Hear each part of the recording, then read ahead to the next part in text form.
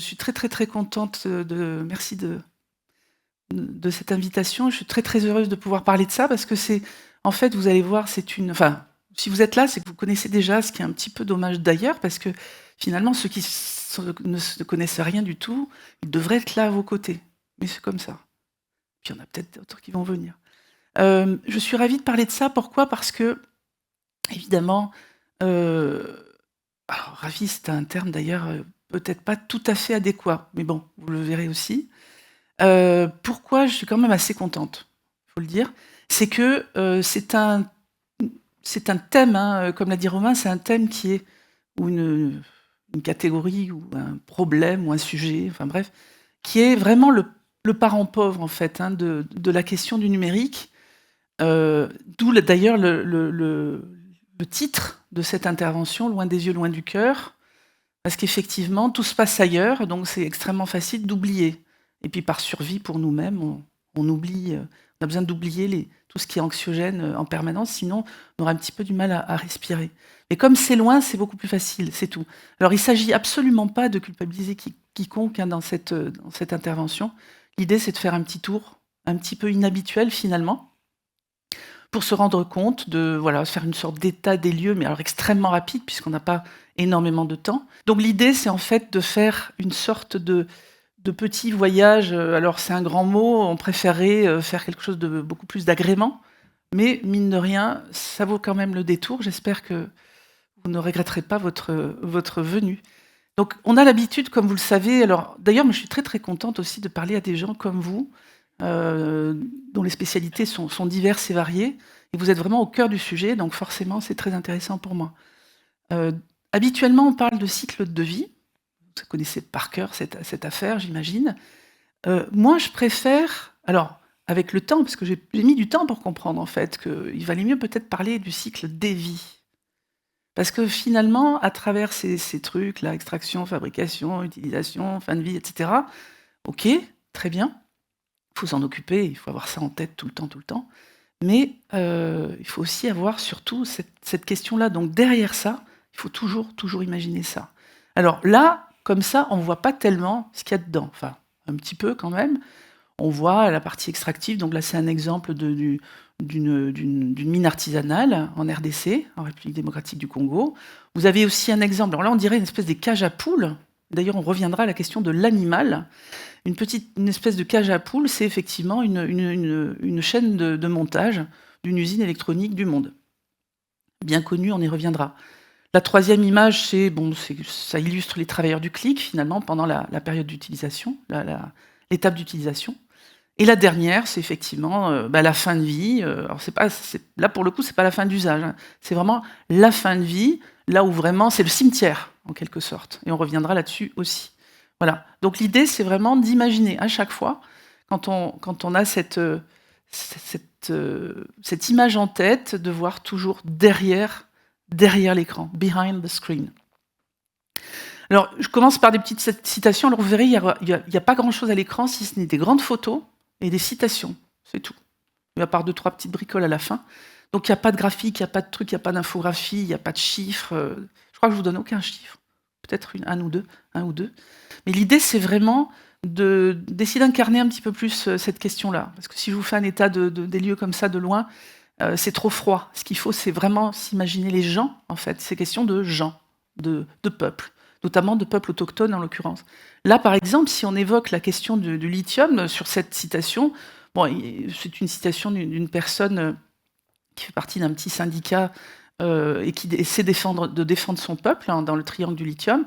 Il dit, nous on boit pas de lithium, quoi, on boit de l'eau. Et en fait, ça revient tout de suite à dire que non seulement on sait que les installations pour exploiter le lithium sont dans des régions du monde extrêmement asséchées, donc où règne un stress hydrique absolument terrible, mais en plus, s'il n'y a pas d'eau, il n'y a pas de gens, forcément, puisque nous, je crois que c'est à peu près 3-4 jours hein, qu'on peut tenir, grosso modo. Après, on aurait des difficultés à se maintenir en vie. Donc, c'est très, très, très important de se dire, OK, d'un point de vue environnemental, etc., ça demande des tas de litres d'eau pour faire 1 kilo de ceci, 1 kilo de cela, en l'occurrence de batterie, hein, vous l'aurez compris, pas seulement, mais en grande partie, mais aussi, c'est aussi de dire, s'il n'y a plus d'eau, il n'y a plus de gens. Alors le problème, c'est que les gens d'avant, les gens qui sont sur ces territoires, alors si je refais allusion et référence au triangle du lithium, Bolivie, Argentine et Chili, vous avez effectivement des gens, des peuples autochtones à qui on demande, pas poliment d'ailleurs, pas du tout, même avec force violence, avec force répression militaire, policière, etc., à qui on demande de se déplacer pour aller voir ailleurs s'ils y sont, quoi, quelque part. Donc c'est extrêmement violent. C'est l'exploitation minière, en l'occurrence, l'industrie minière est un secteur où il y a le plus de répression justement policière. Ça, c'est important de le savoir. Et puis, je reviendrai juste un tout petit moment sur une phrase que j'aime bien, qui, je trouve, résume tout et qui devrait faire écho chez vous. C'est la question des objets où les services sont designed for the trash. Donc, autrement dit, conçus pour la décharge. Alors, moi, mon propos, c'est pas de vous dire ça, parce que vous le savez certainement déjà, d'un point de vue environnemental, etc. Mais mon propos, c'est de dire, OK, c'est design for the trash, conçu pour la décharge, mais conçu péniblement pour la décharge, on devrait dire à chaque fois. C'est-à-dire par les gens en question, qu'on ne voit jamais. Donc, conçu péniblement pour la décharge.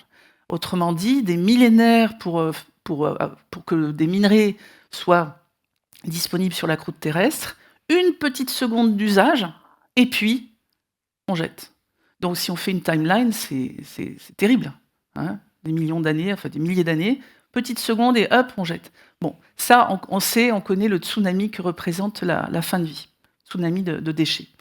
Alors ça, c'était pour évoquer effectivement la question du triangle du lithium. Alors, paradoxalement, c'est très beau. Donc là, c'est les salars, par exemple, du triangle. Vous savez que le lithium, c'est extrait aussi autrement dans la roche, par exemple en Australie, qui est un gros producteur. Mais là, en l'occurrence, je préférais évoquer les salars d'Amérique latine parce que c'est extrêmement beau et en même temps, c'est dégueulasse. C'est toujours cette espèce de paradoxe que nous, on peut trouver aussi à travers le numérique pour plein d'aspects. Donc là, effectivement, on a une illustration qu'on peut donner, c'est la Pachamama, qui est effectivement la déesse terre, qui est en fait, qui incarne la terre, ses veines, c'est les rivières, les cours d'eau, etc. Et tout ça est détruit progressivement par les exploitations de lithium et de salar. Autre chose que j'aime bien dire, c'est que eux, ils se foutent complètement de savoir si un jour ils vont avoir la possibilité de monter dans une voiture électrique, puisqu'il s'agit là, par exemple, de batteries, même si on utilise nos batteries pour effectivement les smartphones et tous nos devices bien connus, mais aussi le gros marché, c'est aussi pour l'électromobilité. Et là, en l'occurrence, on se rend compte qu'eux, ils se transportent en âne ou en bus, accessoirement, et puis ils ne verront jamais une voiture électrique de leur vie. C'est absolument pas leur sujet. Est-ce faire? Je ne suis pas sûre. Donc là, ils se battent très très souvent, évidemment, de manifestations, etc. Et force répression, malheureusement, policière, militaire, avec effectivement énormément de morts, à la suite de manifestations. Moi, j'en avais suivi une justement dans ces coins-là. Et alors il y en avait une que j'avais suivie à Nuara Forabamba, qui était au Pérou, donc à un tout autre endroit, mais effectivement, il y avait vraiment des gens qui avaient été tués tout simplement du fait de manifester. Autre chose qu'on peut voir, c'est un petit peu la star, malheureusement, la RDC, la République démocratique du Congo. Je ne devrais pas dire ça comme ça, c'est un peu cynique, hein, mais parfois on a besoin de cynisme un peu pour se défendre de la cruauté. La RDC, la République démocratique du Congo, a tendance à être mieux connue, entre gros guillemets, que les autres pays où on extrait des minerais. Pourquoi c'est plus connu? Peut-être à cause de l'horreur spécifique qui règne dans ce pays, notamment la question tout le monde connaît les minerais de conflit, les minerais de sang, pardon, et tout ça lié, effectivement, inextricablement lié à la guerre. Deux chiffres exceptionnellement, 8 à 10 millions de morts depuis 20-25 ans, guerre civile, etc. Tout ça lié vraiment étroitement aux minerais. Et puis, un autre chiffre qui est absolument atroce, qui est 800 000, le nombre de femmes violées. Je reviendrai sur cette question voilà. Alors, cette RDC, elle a beaucoup de mines artisanales, et c'est 80%, puis sinon, le reste est en mines industrielles. La problématique qu'on a, c'est que c'est très difficile de faire la traçabilité des minerais, notamment le cobalt. C'est à peu près 68% maintenant du cobalt mondial qui nous vient de ce pays-là, de cette région-là, notamment Nord Kivu. Et très difficile de faire la traçabilité de ce minerai. Pourquoi? Parce qu'effectivement, il y a un gros mélange entre les mines artisanales et les mines industrielles, puisque les gens qui travaillent dans les mines artisanales vont aussi gratouiller les flancs de montagne des mines industrielles. Bref, c'est assez compliqué, c'est très bien expliqué par Siddharth Kara qui a écrit Cobalt Red. Et c'est d'ailleurs à la suite de cette lecture que j'ai eu envie de parler de ce numérique délétère, ce numérique cruel.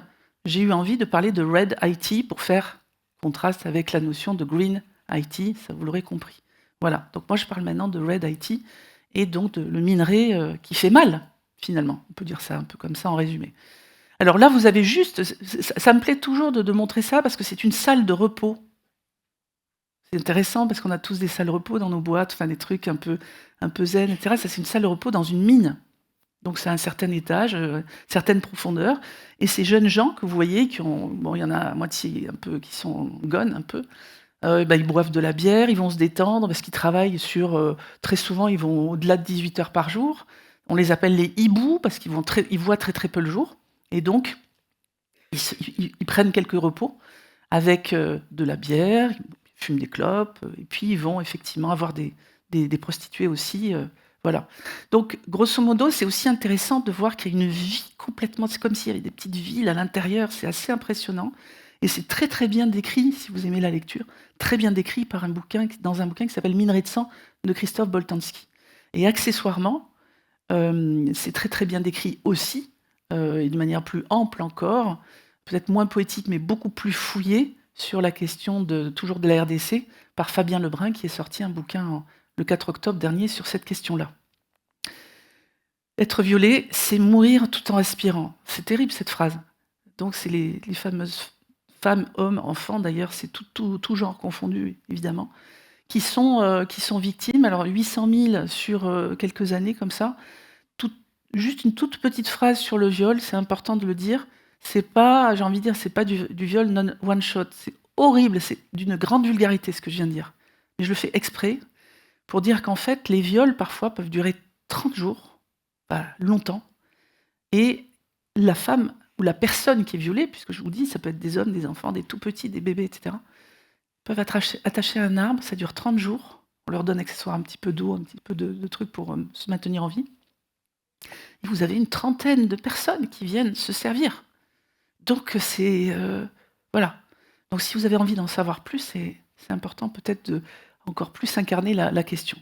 Donc cette phrase, elle est très très parlante. Voilà, donc là c'est encore la RDC.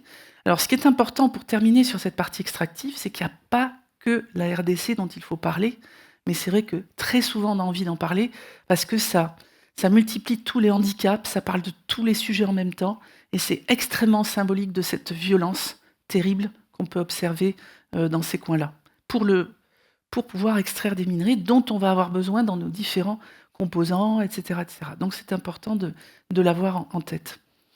Alors, je vais juste aborder la notion de mine responsable, ça n'existe pas. Donc quand on essaie de nous vendre ça pour réouvrir les mines en France, il faut lâcher l'affaire. Il n'y a qu'à juste parler de... J'ai pas le temps de vous parler en détail, mais si vous êtes intéressé par la notion de mine responsable, c'est-à-dire cet extrême mensonge qu'on nous sert jour et nuit pour pouvoir nous vendre la réouverture et le trouillotage de l'Europe entière, y compris de la France, c'est déjà pour nous dire que du coup, ça sera mieux d'avoir ça sous nos pieds plutôt qu'ailleurs. En fait, on va additionner, donc on ne va pas en fermer une ailleurs parce qu'on en ouvre ici, déjà primo. Et secondo, si vous voulez avoir plus d'informations là-dessus, regardez un petit peu autour, lisez les articles sur Bouazer, au nord du Maroc, qui est soi-disant une exploitation qui produit du cobalt responsable.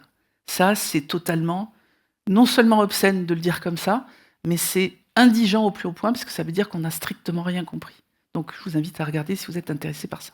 Donc il n'y a pas de mine responsable, ça n'existe pas. Voilà. Croissance, tournant et souffrance. Ça, c'est la deuxième étape du cycle de vie. C'est quoi? C'est les usines d'assemblage, c'est les ateliers électroniques du monde. Et je vais vous donner juste un petit exemple de celui qui est le plus connu, qui avait été très médiatisé en 2010. Pourquoi? Grâce, gros guillemets, à la vague de suicides 2010-2012. Quelques travailleurs et travailleuses s'étaient suicidés ou avaient fait des tentatives de suicide pour mettre fin à leur jour. Alors depuis, effectivement, c'était d'ailleurs, il y avait de la presse, notamment britannique, qui avait mis en évidence ce problème-là, ces drames humains. Et puis après, le truc s'est vraiment tassé. Je ne sais pas si vous entendez parler des usines d'assemblage, et notamment avant Noël, vous devriez, parce que là, Apple, par exemple, via son fournisseur Foxconn ou Pegatron ou autre, fait appel à du travail forcé indirectement.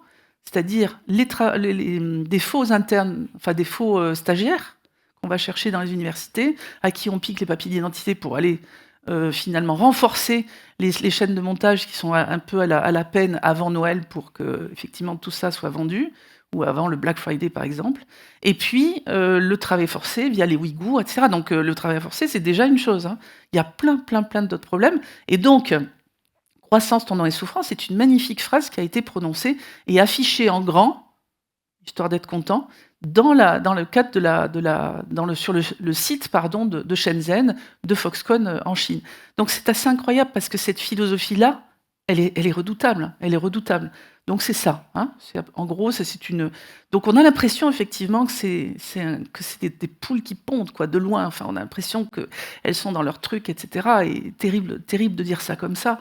Mais en fait, c'est une réelle catastrophe dans le sens où Terry Gou, qui était l'ex-PDG de Foxconn, avait comparé, je suppose que vous parlez tous anglais, mais en gros, il avait comparé ses propres ouvriers à des animaux. Alors, il y a un autre dirigeant qui l'a fait récemment, comme vous le savez, mais c'est absolument incroyable de pouvoir dire ça comme ça. Donc là, il a dit que c'est quand même très compliqué de gérer des animaux, quoi. Et puis en plus, il en a 1 million. Alors moi, j'ai calculé, ça fait 1,5% de la population française qui travaille chez Foxconn. Ça fait, je crois, un petit peu plus, ça fait donc même un gros pourcentage si on regardait, par exemple, au regard de l'Île-de-France, etc. Bref.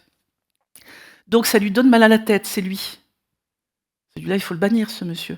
Ça lui donne mal à la tête de diriger autant de gens. Alors là, il a laissé un petit peu l'affaire parce qu'il a voulu faire de la politique, mais ça n'a pas marché. Là, c'est Pegatron, c'est une autre usine d'assemblage. Donc c'est vraiment des sites extrêmement nombreux. À Shenzhen, par exemple, ils sont 150 000, c'est-à-dire plus grand que la ville où j'habite, dans une seule et même usine, dans un seul et même lieu. Pegatron, si vous voulez, c'est un peu similaire. La problématique, c'est que c'est management militaire, c'est 12 heures par jour, on ne paye pas les heures sup. Le suicide est interdit depuis 2010-2012, pardon, interdit dans le règlement intérieur, interdiction de se suicider. Bon, ça peut faire rire. Ce qui est intéressant, c'est que c'est juste pour éviter d'être responsable si vraiment ils arrivent à gagner leur pari, malheureusement. C'est des gamins qui viennent des campagnes, qui sont très jeunes, etc. Donc c'est absolument terrible pour ça, parce qu'ils viennent pour espérer de pouvoir gagner un petit peu leur vie, sans trop la perdre. Malheureusement, ils la perdent majoritairement, et pour pouvoir aider un petit peu leurs parents qui sont dans les campagnes et qui n'ont plus de quoi travailler. Et donc, il y a un problème aussi sanitaire aigu. Ce qu'il faut savoir, c'est que dans les mines, le lapsus, dans les usines de montage, vous avez un problème sanitaire lié à l'hexane et au benzène, qui sont des solvants terriblement, notamment le benzène qui est cancérogène déclaré depuis des années, et donc qui est toujours utilisé. Et il manquerait juste $1 ou €1, enfin, je ne sais plus exactement, enfin peu importe, tout simplement pour remplacer ce solvant par un autre qui serait beaucoup moins dangereux pour la santé. Il amène à des leucémies particulières. L'autre étape du cycle de vie, c'est effectivement les travailleurs du clic que vous connaissez peut-être plus. Alors moi, j'aime beaucoup cette citation de Casilli. Ça veut dire que chaque fois qu'on regarde un service, qu'on profite, qu'on participe, qu'on utilise un service, c'est bien d'avoir ça toujours en tête, de voir qu'il y a des gens derrière. Je voulais juste vous demander, vous pouvez peut-être lever la main tout simplement pour me dire si vous connaissez la petite anecdote du Turc mécanique. Hein. Alors vous voyez qu'effectivement, je voulais faire la petite relation avec AMT, Amazon Mechanical Turk, mais vous chercherez un petit peu de votre côté. En gros, on pourrait dire que les services numériques, et notamment l'IA, on pourrait dire que c'est des services Potemkin. L'IA Potemkin, c'est vraiment le fait de donner l'illusion de quelque chose et de ne pas considérer les petites mains qui sont derrière. Donc si ça vous intéresse, regardez au-delà de la question d'AMT, où j'ai été pendant 2 jours turqueuse pour juste un petit peu espionner de l'intérieur. Regardez ce qui est proposé. Et c'est pour ça que je pense et je vous exhorte de faire attention avec qui vous faites affaire, notamment quand vous faites appel à des petits tâcherons comme ça du clic. Donc il y a un certain nombre de choses à signaler là-desdessus, si ce n'est effectivement ce qu'on... Voilà, on les appelle les micro-tâcherons, on les appelle les turkers, pardon, chez AMT, enfin, ils ont des tas de noms, etc. Ils sont payés des clopinettes, la plupart du temps très loin de nous. Il y en a même en France, hein, d'ailleurs, mais voilà, ils sont très très mal payés. Et tout ça pour arriver à la dernière étape du cycle de vie, qui est la dernière, c'est-à-dire le cimetière. Alors j'adore cette citation, et en même temps, qui est extraite d'un bouquin qui s'appelle Les fils conducteurs de Guillaume Poix. Je l'aime, et en même temps, j'ai toujours mal au cœur en la voyant, mais vraiment, retenons qu'il s'agit de cimetière. C'est un tsunami absolument international, mondial, et que les déchets n'en finissent plus. Alors moi, environnementalement, ça m'inquiète, mais ce qui m'inquiète aussi beaucoup, c'est la façon qu'on a effectivement de les gérer au loin. Alors nous, on a la chance d'avoir des cadres réglementaires assez corrects, même si ça passe quand même à la trappe pour enfin souvent. Mais là, en l'occurrence, c'est fait à main nue, pas de masque, pas de protection, avec des tongs ou éventuellement pieds nus, etc. Donc ça, c'est à Bokblochi. À Bokblochi, qui était un lieu-dit à côté d'Accra, le marché aux oignons, qui n'existe plus, qui a été démantelé il y a 2 ans et demi de cela, mais les salvagers, c'est-à-dire les récupérateurs, ont quand même réussi à rester, parce que c'est leur subsistance, et à rester tout autour de Dakar. Donc la nappe phréatique, elle va être aussi pourrie à droite à gauche, et puis ils continuent leur travail très très très difficile. 80% de leur temps, c'est de brûler des câbles, essentiellement. Et ensuite de décortiquer les appareils, mais c'est surtout de brûler du câble. Donc c'est des maladies qui vont avoir dermatologiques sur le moment, et puis ensuite qui vont avoir avec le temps, c'est-à-dire 5, 10, 15 ans, ils vont avoir des graves maladies. Donc ça, c'est voilà. Donc ça, c'est des belles photos aussi. Alors moi, je me suis posé la question avec mon association, hein, mais un peu toute seule aussi de temps en temps. Ça m'obsède, hein, ces affaires-là. Ça m'intéresse parce que je veux vraiment mettre en avant tout ça. Et ce qui m'a pris un jour, c'est me dire, bah tiens, l'indice de durabilité, l'indice de réparabilité, tout ça, c'est cool. Mais à quand l'indice d'humanité? Alors évidemment, j'y crois à moitié, hein. C'est clair que c'est un vœu pieux, c'est utopique, c'est tout ce que vous voulez. Et en même temps, je me dis que ça serait bien de pouvoir chaque fois se dire, bah en fait, la note, elle est absolument exécrable. Donc évidemment, j'ai attribué la note de Z, hein, vous le voyez. C'est important de se dire que à travers tout ça, vous arrivez peut-être à le lire là où vous êtes, à travers ça, il y a énormément de problématiques de violation des droits humains, avec le droit des enfants, enfin le travail des enfants, le travail tout court, les conditions de travail absolument terribles, pire que le terrorisme de 1911. Hein. Vous avez qu'à relire Charles Dickens, par exemple. Hein. Ensuite, ce que je voudrais dire, c'est qu'il n'y a pas de service, donc vous qui êtes certainement dans cette conception-là, il n'y a pas de service sans machine. Donc c'est pour ça que moi je m'intéresse à la machine plus qu'au service, dans le sens où effectivement on ne peut rien faire si on n'a pas de machine. Donc qu'est-ce qu'on peut faire du point de vue des machines? Et ça, c'est des choses qu'on sait depuis très très longtemps maintenant, hein, enfin très longtemps. En tout cas, vous êtes extrêmement bien placé pour le savoir. Du point de vue environnemental, on va se dire, on va allonger la durée de vie, on va faire de l'éco-conception de services numériques ou de la conception responsable, hein, c'est un terme que je préférerais, qui va englober beaucoup plus et l'accessibilité puis le reste. Mais en même temps, ça suffit pas. Pourquoi ça suffit pas? Ça, c'est extrêmement important. Si vous le faites, c'est génial. Mais ça suffit pas. Pourquoi? Parce qu'on a un autre pendant. C'est vraiment cette question de non-achat, déjà, mais d'achat responsable, et donc de faire en sorte d'être toujours dans ce devoir de vigilance. Même si on n'est pas une grosse boîte comme les boîtes, les multinationales qui sont sous le coup de ce devoir-là, il faut que nous, petites PME, entreprises de plus ou moins grande taille, etc., on soit toujours, alors ça se fait par capillarité souvent, mais il faut qu'on soit vraiment toujours au fait de ces questions: avec qui je travaille? Très important de se dire là, je vais vous donner un exemple, même si je suis en retard, mais je vais vous donner un exemple. Je ne sais pas si vous avez en tête, par exemple, que pour faire un petit laptop, genre 14 pouces, je sais pas quoi, c'est HP qui avait donné ce chiffre-là. Il avait dit, on a besoin de 7000 prestataires différents pour faire un laptop. Chez Dell, ils ont évoqué 16 000 prestataires pour tout l'ensemble de l'activité économique de la boîte. Et ça, c'est un truc que j'ai lu dans le contre-atlas de l'IA de Kate Crawford, que je vous conseille de lire, qui est passionnant. Donc cette histoire de responsabilité et d'achat responsable et de devoir de vigilance, même si on n'est pas concerné sur le papier par la loi, c'est extrêmement important. Je ne travaille pas avec n'importe qui. Et je me renseigne et j'essaie de faire en sorte que ça ne soit pas des audits bidons qui se passent de l'autre côté par le cabinet machin ou truc. J'essaie vraiment d'avoir l'information claire, nette et extrêmement transparente. Et donc pour la question des services, évidemment, il faut essayer de connaître les enjeux, évidemment, donc d'enlever cette espèce d'invisibilisation qu'on a de tous ces travailleurs qui sont dans l'ombre, parce que finalement, c'est comme ça qu'on peut les appeler, travailleurs et travailleuses de l'ombre. Il faut mettre la lumière en permanence, même s'ils sont loin de chez nous. Voilà. Donc, c'est important, effectivement, de se dire qu'il faut absolument en parler autour de soi, incarner l'histoire. Donc, il y a plein d'histoires à connaître, d'histoires personnelles. Moi, par exemple, j'ai rencontré Rosa au Mexique en 2012. Elle m'a profondément changé ma vie. Pourquoi? Parce qu'elle était dans une chaîne de montage, elle fabriquait des télés, elle était en truc de nuit, et puis finalement, elle voulait au truc de jour pour changer un petit peu, parce qu'elle était trop fatiguée. Et elle était tellement fatiguée qu'elle est tombée sur le tapis, elle s'est fait complètement sectionner le bras droit. Voilà. Elle avait 3 enfants, elle avait 26 ans. Maintenant, elle a un peu plus, puisqu'on a vieilli chacune de notre côté. Donc c'est très important aussi de se dire qu'il y a des gens qui sont, non seulement il y a des risques très forts, mais en plus, il y a tout simplement le fait que ces personnes ne sont pas indemnisées. 3 ans après, je l'ai recontactée pour savoir combien elle avait reçu. Elle avait reçu $300 pour remplacer son bras. Et elle pouvait évidemment plus travailler, vous imaginez, ou elle faisait d'autres choses, quoi. Voilà.